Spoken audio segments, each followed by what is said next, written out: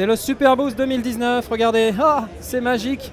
Et je suis chez Bitwig pour voir cette nouvelle version de Bitwig Studio V3. C'est magnifique, je suis avec Alexandre. Salut Alexandre. Salut Franck. Tu vas bien? Ouais, ça va très bien et toi? Bah ça va bien, écoute, je vois qu'il y a une nouvelle version, donc je suis super content. Et puis en plus c'est en français, donc c'est top.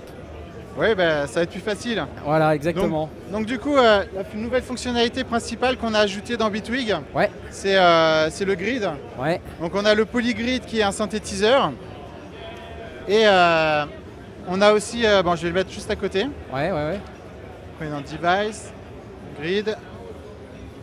On a aussi le FX Grid, qui lui est un effet modulaire. Donc on peut construire tout plein de choses, des délais, des reverbs, des filtres, enfin tout ce qu'on veut. D'accord. Donc en quelques mots, le grid c'est un environnement modulaire avec plus d'une centaine de modules. Oh. Donc c'est vraiment très très riche. Ok. Et donc déjà, la première question c'est quand on a autant de modules, comment est-ce qu'on fait pour les découvrir et pour les apprendre?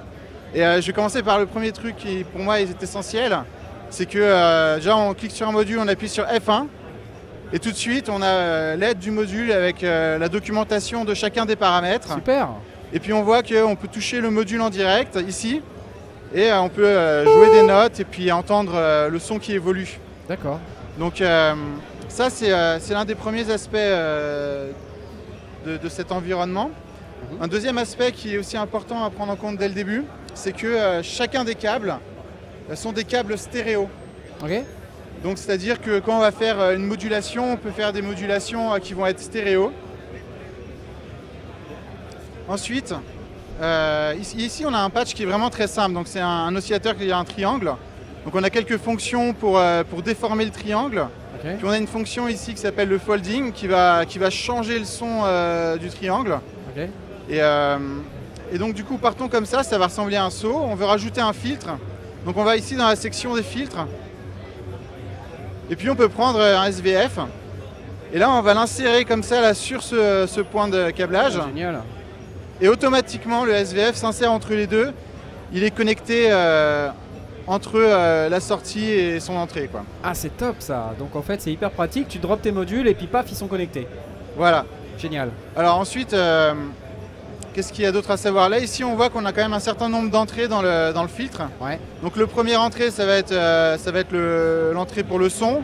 Ici on va pouvoir moduler le filtre et puis ici c'est le key track, enfin voilà. Et si je veux par exemple tester un autre filtre, et ben, je peux faire un bouton droit et puis ici j'ai plusieurs options pour le remplacer. Je peux le remplacer par un Silent Key. Ou alors je peux aussi prendre un ladder ici et puis le dropper là. Et ça y est, c'est remplacé automatiquement. Ah ouais, ok. Ici je peux remplacer cette enveloppe par une ADSR. Ah. Et donc c'est hyper flexible, hyper pratique, hyper rapide. Ouais, c'est ça. Le but c'est vraiment d'être rapide parce que quand on a un système modulaire où on a vraiment beaucoup de possibilités pour rajouter des modules, être rapide quand on exécute quelque chose, c'est essentiel pour s'amuser sur un synthétiseur. Ouais, je comprends, ouais. Et par exemple, vous voyez qu'ici, la DSR, il y a un certain nombre d'options qui sont déjà disponibles et il y a d'autres options comme le bending qui sont là, mais elles apparaissent aussi ici dans l'inspecteur. Ah ok.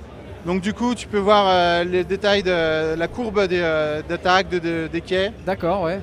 Du coup, je vais vous faire écouter un petit peu le... Donc ça, c'est le son du filtre ici.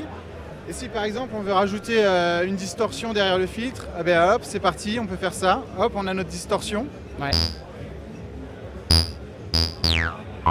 Donc là en gros ce que tu es en train de m'expliquer c'est que dans ton grid là donc on avait Bitwig Studio et maintenant on a carrément un environnement modulaire à l'intérieur de Bitwig Studio. C'est ça? Et donc on a j'imagine d'autres modules. Oui tout à fait. Alors on a des modules qui sont divisés dans 16 catégories. Donc on a une catégorie d'IO où tu vas récupérer l'audio in, des gates, le pitch, la vélocité. Mais pas seulement, tu peux aussi récupérer hardware in, hardware out, CV in, CV out. Wow. Donc tu peux t'interconnecter avec ton système modulaire. Si tu as une interface audio couplée en DC, quoi, c'est ça? C'est ça, une Motu par exemple. Une Motu ou une Presonus ou un truc comme ça. Voilà.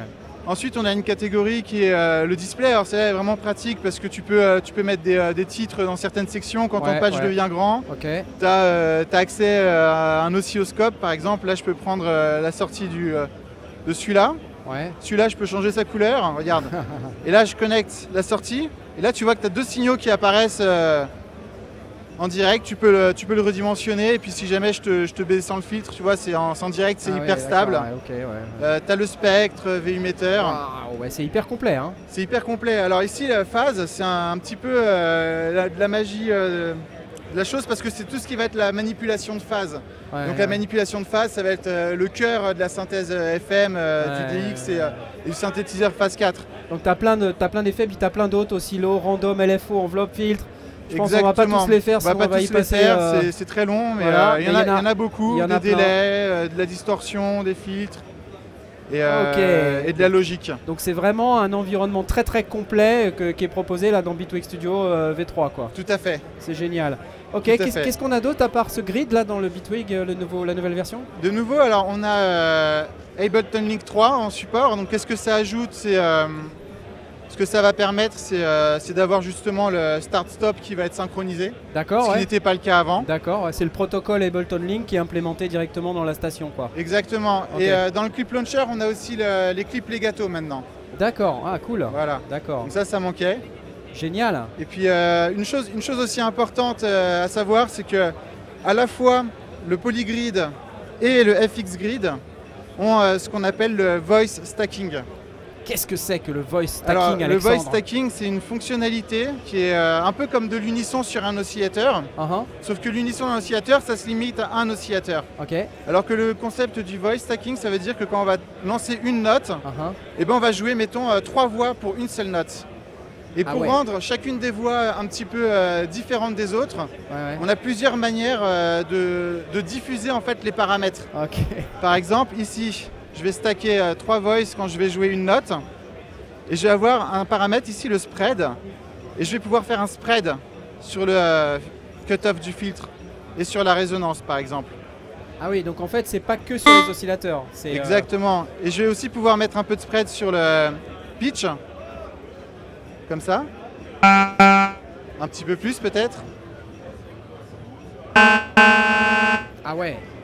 Enfin bon voilà, l'idée, c'est très sommaire, mais l'idée c'est qu'on peut vraiment diffuser tous les paramètres d'un synthétiseur et pas seulement le timbre de l'oscillateur. Donc on peut jouer sur la stéréo, les enveloppes, tout.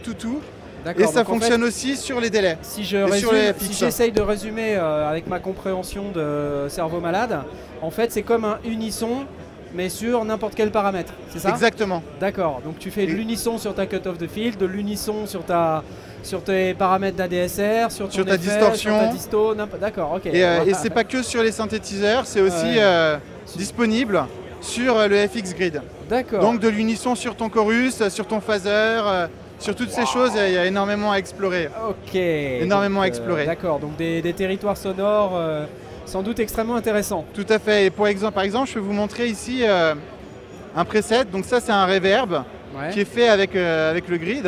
Ouais. Alors, on peut le scroller comme ça avec les doigts en touchant l'écran. Ouais. Il faut avoir un écran tactile, quoi. Il faut avoir un écran tactile. on peut zoom out et on peut zoom in. Ouais. Pas mal. On peut enlever les catégories des modules, on peut verrouiller pour avoir quelque chose de plus sobre. Ok, ouais. Et donc voilà, c'est très joli. On peut aussi sortir la fenêtre ici comme ça. Ok, ouais. Donc voilà, wow. Ça c'est le grid et vous pouvez pouvoir étudier comment est-ce qu'un reverb s'est fait et faire votre propre reverb. Ok, donc là si vraiment tu cherches à être à l'aise, à avoir un environnement de travail, tu peux avoir un très grand écran, maximisé, et puis si tu as un écran tactile c'est encore meilleur si je comprends bien. Voilà. Ok, est-ce qu'il y a d'autres choses dont tu souhaites nous parler? Pour la version 3, je pense que c'est vraiment ça l'essentiel. Hein. On a la grande feature, c'est le grid. D'accord. Et puis bon, maintenant, il faut travailler pour la version 3.1 plus tard. Ouais, bien sûr. Donc comme toujours, c'est toute plateforme, c'est-à-dire Windows, Mac et Linux. Exactement. C'est fantastique. Même le grid sous Linux. Même le quoi? Même le grid absolument. Tout est disponible partout. Oui. D'accord. Oui, wow. Oui. Donc là, une station de travail complète, multiplateforme, mesdames et messieurs. C'était Alexandre. au stand Bitwig. Merci beaucoup. Il nous Merci présentait beaucoup. Bitwig Studio V3. C'était Les Sondiers. Abonnez-vous, mettez des likes et toutes ces sortes de choses. Bye bye. Merci, au revoir. Ciao.